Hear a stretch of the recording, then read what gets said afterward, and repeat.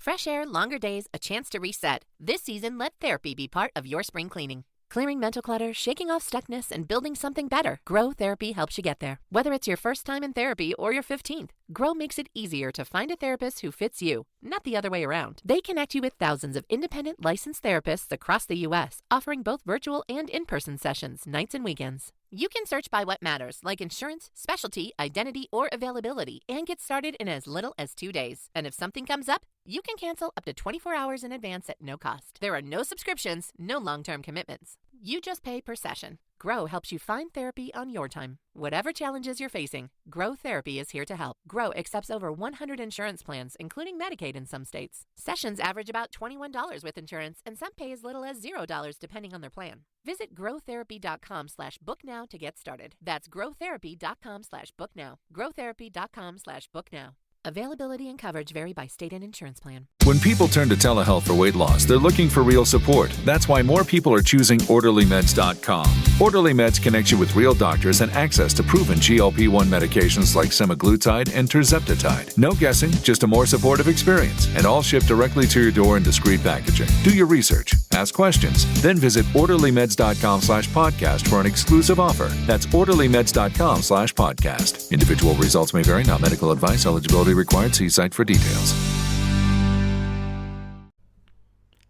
Hello everyone and welcome back to The Way podcast, where we learn in English poco a poco or podcast by podcast. Today we're practicing our general listening skills by remembering the history of International Workers' Day. So before we begin, does your country celebrate International Workers' Day on May the 1st? I know we do in Spain, and I know we do in South Africa. There are a couple of countries, but maybe your country does, or maybe it doesn't. Let me know. Okay, are you ready? Let's get into it. Bienvenido al podcast de The Way. Si quieres aprender inglés y hablar con confianza, estás en el sitio correcto. Hemos ayudado a miles de personas como tú a mejorar su inglés y alcanzar sus objetivos.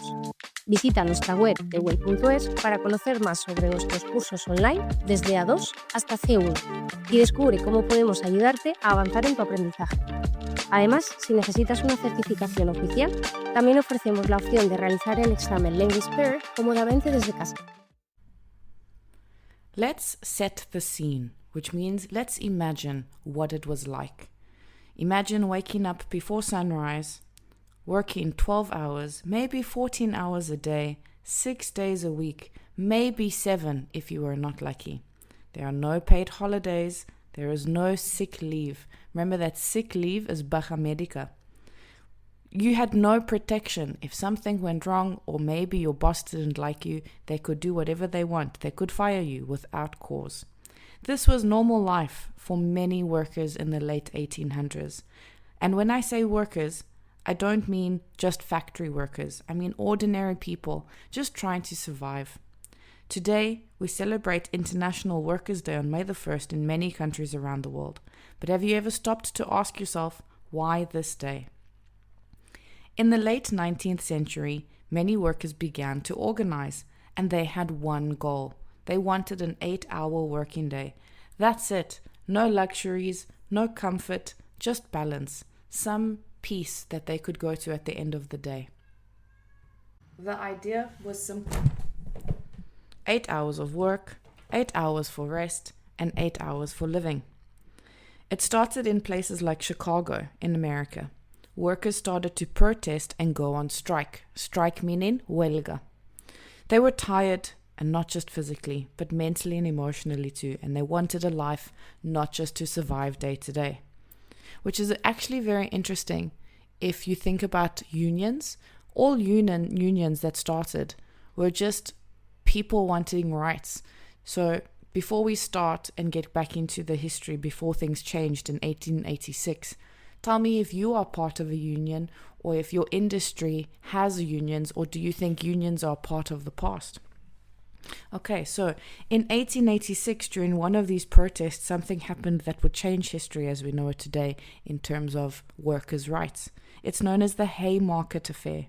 What started as a peaceful protest turned violent. A bomb was thrown, gunfire followed, people died, both police officers and civilians. After this day, several labor leaders were arrested, some were even executed, and this event shocked people around the world. But instead of stopping the movement, it became stronger.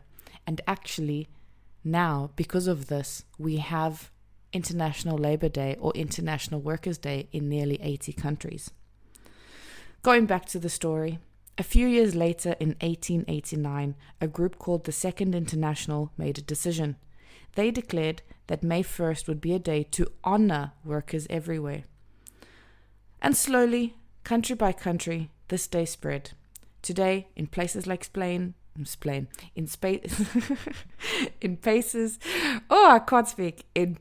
like Spain and many others, May 1st is a public holiday. People march, rest, and reflect. To be honest, I don't know any people that march or take International Workers' Day as a strike day or a protest day. Most people I know use International Workers' Day to rest and enjoy and make the most of or aprovechar their time away from work. What do you do on this day? Interestingly, even though this all started in Chicago in America, they don't celebrate Labor Day on May the 1st. They celebrate it in September instead. If there are any Americans listening, maybe you could let me know why that is. So let's look at what this means for us, okay, now in 2026. Because yes, we don't work 14-hour factory days anymore, although there's some people that are. Unfortunately, we do not have workers' rights equality systematically around the world.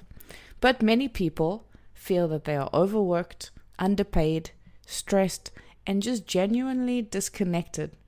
And I guess especially now in 2026, when some people still work vocationally, other people just work for the bottom dollar, meaning they just want to get paid at the end of the day. I wonder if there's a shift happening in how we approach work or how we view work. Let me know what your thoughts are on this. Maybe the idea of May the 1st being Labor Day is more just about the awareness of where we have come from and maybe about the rights that we really truly deserve. Now, to close today's session, I just have some questions that you can turn into a speaking activity, you can turn into a writing activity, especially because work is one of the main topics that people use in the speaking exam and in the writing exams. So here are some questions for you to reflect on. Number 1, what does a healthy work life mean to you? 2, do you feel balanced personally between your life and your personal life, your work life and personal life? Number 3, if you could change one thing about your daily routine in terms of work, what would it be? Next, why do you work? What is your personal reason? For money or for something different? And the final question, what kind of life are you building for? Okay, that's it for today. I hope you enjoyed today's little mini history lessons and we'll speak to you soon. Bye. Si disfrutaste de este episodio y quieres llevar tu inglés al siguiente nivel, te invitamos a descubrir nuestros cursos online en theway.es, diseñados para mejorar tu fluidez y confianza en situaciones reales. Hemos ayudado a miles de personas como tú a transformar su aprendizaje. Visita ahora theway.es y realiza nuestro test de nivel interactivo de manera gratuita. Además, si necesitas una certificación oficial, también ofrecemos la opción de realizar el examen de Mid-Third cómodamente desde casa.